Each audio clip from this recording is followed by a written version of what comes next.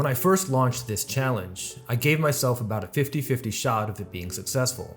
It's not that I have questions about my abilities. Having played on ACR before to test GTO check, I felt confident that I had an edge on most of the mouth breathers on this site. However, bad players, even when losing, can steal EV from you, and with the bots send enormous rake, I wasn't sure how beatable this game actually is without max exploits. This is why before I posted the poll about myself, I first posted a poll asking if a perfect GTO bot could beat these stakes. But what is life without a bit of risk? So I decided to jump in head first, knowing full well that by the end of the challenge I could end up with egg on my face, and the results of this second week have brought me closer to that depressing reality as I got my ass handed to me. In all seriousness, obviously the challenge is still early on, and ups and downs were anticipated. I tweeted about finding solace in the fact that most of my plays were solver approved, and this was only partially in jest. It's very easy to get down and ask yourself uncomfortable questions when you have a few horrendous sessions, but I've found that it can be helpful to cut through the fog by measuring your play against an objective standard. And having reviewed a number of my hands to check whether my overall logic was sound, for the most part I was okay with how I played outside a few tweaks. So we will just continue learning and plugging along. And in this video, I would like to address one of the comments one of you left from my last video, which I think exemplifies a common misconception regarding game theory. Mr. Juicebox wrote, "I don't understand how studying a solver is going to help you in live poker. What good is it if your opponent's ranges are nothing like the solver input? I just don't see how you could even follow a solver if there are huge deviations from the Nash game tree preflop." To address this question, let's take a deeper dive into a hand I played versus a limper, which hopefully will illustrate exactly how I use game theory against donkeys playing bingo.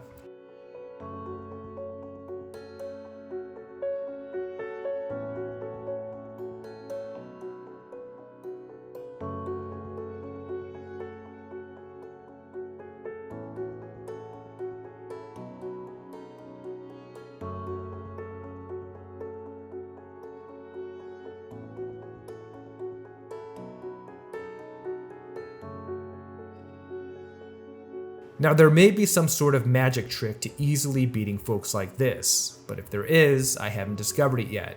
And maybe my mind just isn't made for a max exploit style. From my anecdotal experience, I know that a theoretical approach has drastically improved my play, even against massive fish that are doing all sorts of random shit. So how exactly do I employ what I've learned from the solver in this sort of environment? Well, if you've ever watched my previous videos, you know that we generally view GTO as divided into two main camps, those that follow strict GTO and those that follow conceptual GTO. The people in the strict GTO camp generally advocate for a precise application of sims. They tend to do a lot of drilling work in specific spots with the goal of closely following how the solver structures its range. The conceptual GTO camp, on the other hand, doesn't really focus on precise replication of outputs, but rather on extracting principles and heuristics from how the solver maximizes its EV given certain assumptions. Personally, I don't think one approach is inherently superior to the other. If you're playing high stakes online versus regs, then a strict GTO approach may be the better choice. But for everyone else, including live recs like me, spending a lot of time and energy to memorize and apply solver outputs perfectly doesn't really make a whole lot of sense. So how does this conceptual approach work in practice when you're dealing with folks that veer far away from the game tree, like was the case in this hand? Well, the way that conceptual GTO is learned is by essentially reverse engineering solver outputs to answer the all-important questions of why and how. That is, given the general assumptions of the particular scenario, why is a solver doing what it's doing and how is it doing it? We then extract heuristics from the answers to these questions that are then employed when encountering situations with similar general assumptions. Conceptual GTO does not assume that villain is playing perfect GTO. Rather, it's about transposing game theory principles over villain's perceived realistic range. Ranges will always change, but the mechanics of EV maximization will always remain constant. And there are two central principles to EV maximization that apply to every single poker scenario regardless of what your opponents are doing: equity and balance. As most of you know, equity tells us how strong our hand is. However, equity can't be determined in a vacuum. It is 100% dependent on the hands that villain is likely to have, whether they are playing GTO or not. This means that if you want to maximize your EV, which should be everyone's goal, you must assign some sort of range to villain. Yes, it's impossible to know exactly, for example, what types of hands an unknown villain limps with from under the gun. But if you want to assess the strength of your hand, which is essential, it is an absolute prerequisite that you impute some sort of card distribution to villain, because that will tell you what the incentives of your hand should be. So in a situation like this, although others may have different approaches, the way that I personally construct ranges is that I raise the limp with my normal RFI range, but one position before the one I'm actually in. So in this case, since I was on the button, I raise with my cutoff range. I do this because I generally want to try to play against weaker players when it's reasonable to do so, but at the same time, I know I should be a bit tighter facing the limp. And as for my opponent, I will assign a big blind calling range against that same position. Although sometimes people will limp with very strong hands like ace-king or aces, in my experience they will usually back raise these sorts of very strong hands, so I discount them. Now, will these ranges be perfect? No, it's impossible to comprehend the mind of a madman. But again, you have to assign villain some equity distribution, and usually once money starts going into the pot, ranges tend to narrow in similar ways regardless. So villain starts out with the standard donk on the flop, and again, it's impossible to know for certain what hands he does this with, but nevertheless, I try to impute at least some level of rationality to my opponent, even though it's often not warranted. And in my experience, a donk like this is usually some sort of mediocre pair that wants protection, a draw, or just random trash where villain is trying to be clever. And against this sort of range with a small sizing, the player with the advantage will usually want to do a decent amount of raising. So how do I construct my raising range against a non-standard play like this? Well, it will be heavily informed by the second principle of EV maximization, balance. But when we say balance, we don't mean having a perfect allocation of hands with precise frequencies. Rather, our goal is simply to achieve just enough balance to disguise our strategies, because if we don't employ any balance, our cards become face up and we can be taken advantage of. There are two overarching types of balance, vertical and horizontal. Vertical balance is the type that most people are familiar with, which basically just refers to matching value combos with bluffs. Again, we aren't worried about achieving the precise equilibrium here, but we do want to roughly keep in mind the fact that the more value combos we have, the more fold leverage we should have, so we're allowed to go deeper into our bench to fire bluffs. So in this case, I know that in this spot I'll have aces, kings, queens, jacks, sixes, queen jack, ace queen, etc., which means I'll also want to fire a good number of bluffs. So how do I decide which hands to bluff with? Well, this is where the second form of balance comes into play. Horizontal balance is not talked about very often, but it basically entails structuring your range in a way that ensures that you'll have hands of different strength in many different branches of the game tree across different runouts. This sort of balance is designed to avoid a situation, for example, where you always bluff 100% of your flush draws. In that case, if you ever decide to check, then your opponent, if he's half aware, should be able to recognize the fact that you're very weak when the flush comes in. Now, the way that the solver achieves horizontal balance is through its incredibly complex mixing strategy. For example, in this button versus big blind scenario, the solver is primarily using three separate lines: a check, a small bet, and a medium bet.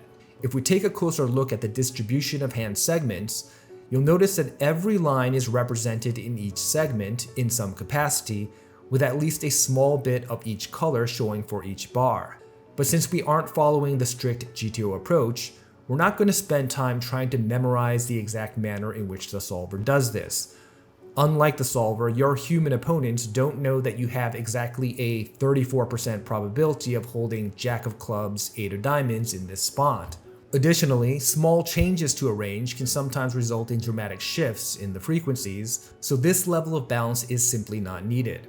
Instead, we focus on applying the same principle of mixing our play with a variety of hands to achieve the same ultimate goal of horizontal balance. And in the GTO check system, horizontal balance is actually structurally built into the meso analysis, where we allocate our hand to a category based on its relative strength. Note that for each category, there are multiple options for how hands in these groups are played based on their inherent EV maximizing incentives.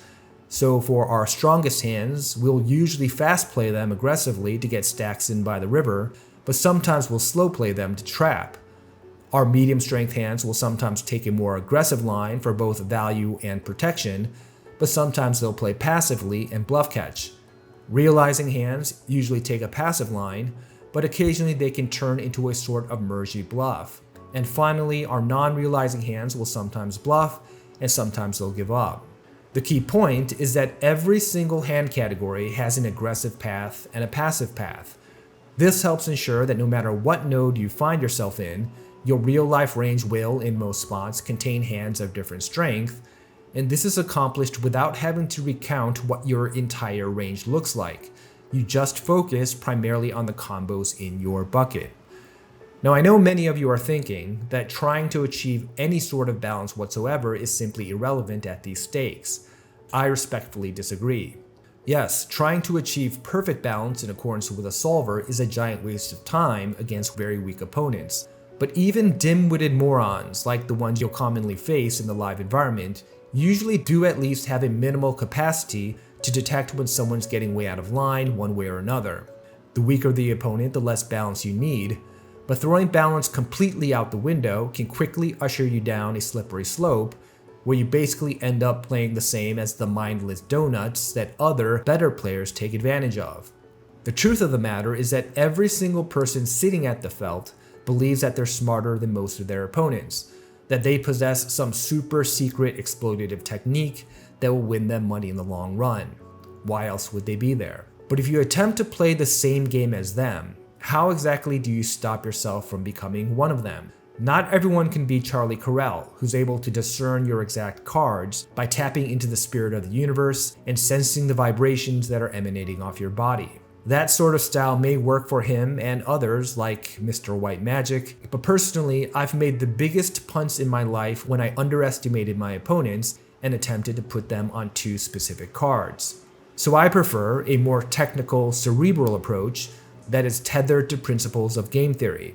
And in many ways, this is actually the more humble approach because it recognizes the limitations of human perception. I know that my opponents are imbalanced, but I'm often not confident of the direction of their imbalances, so I prefer using a strategy that I know is fundamentally sound and keeps me protected. So the next question is, how do we determine which path to take for each of these categories of hands? Well, some of this is determined by a variety of nuanced factors such as the overall range matchup, positions, and SPR. For example, if we're taking a polarized line, then usually it'll mean that we're just going to follow the aggressive path with virtually all of our nuttish hands and many of our bluffs, while our mid-strength and realizing hands follow the passive line. But in most spots, this decision is usually primarily driven by the microanalysis. We look to the specific attributes of our private cards, which villain is unaware of, to guide our decision of how to differentiate hands in the same class. This is what we refer to as combo selection. So in this case, I have King High, which, against the perceived range of my opponent, is likely in the non-realizing class that usually wants to bluff because it's unlikely to win a showdown. This class contains a number of draws, including flush draws, open-ended straight draws, and gut shots like my King 9. And the way I differentiate this particular combo into different lines is by leaning towards the aggressive path when holding a spade, and leaning towards the passive path when not holding a spade. This strategy structurally ensures that regardless of what action I take, it's possible to make a very strong hand if a 10 hits the turn or river. And as we'll see, it also ensures that I will have some bluffs by the river. And let's say, for example, that I have a flush draw instead. In that case, maybe I decide to play more aggressively with my combo draws or maybe my weak flush draws and check back the rest. Choosing the exact right combos will, in theory, improve your EV slightly, but the most important thing is that you just have some method to split your similar hands into different lines. In fact, if you differentiated borderline combos just using randomization, that would probably be fine as well. As we noted earlier, the way that the solver selects actions and frequencies is heavily dependent on the GTO range matchups, which most villains are not adhering to. So nitpicking your play relative to the solver will generally not be productive for most people because we don't have clarity on whether the equilibrium strategy is actually EV maximizing against our specific opponent. So villain calls and we go to the turn, which is a deuce that does not significantly change anything, though it does give villain a backdoor diamond draw if he happened to have floated diamonds on the flop. But I still have the advantage in all the nutted hands, and so I want to put a lot of pressure on his single paired hands and draws. In retrospect, if I could change one thing about how I played this hand, it would be to bet closer to pot to allow for a larger shove on the river. I'm still getting used to the time constraints and two tabling, and didn't really focus on the fact that the SPR was a bit non-standard given the limp and donk, but this is more of a technical point and I don't think it would have changed the outcome. Villain calls and the river is the deuce of spades, and I decide to jam. So how did I come to this decision? Well, the way that I would decide if I were playing against a GTO bot would be to try to construct villain's range with as much detail and specificity as possible. But against someone like this, who likely thinks a range is somewhere you raise cattle, I use a much lower resolution approach. The first step entails asking myself if I think villain has the ability to fold. If the answer is yes, or I don't know, then I'll fire some bluffs. And the way I decide which bluffs to fire is by focusing on my own range and strategy, which in reality is the only thing I know with certainty and have control over. I know that if I want to maximize my EV against an unknown villain, I need vertical balance as a matter of principle. And in this case, holding the 9 of spades is a positive factor for bluffing because it blocks potential flushes in villain's range. I don't get too caught up in trying to figure out which flush it exactly blocks. It could be 10-9 of spades, or for someone like this, even something like 9-3 of spades.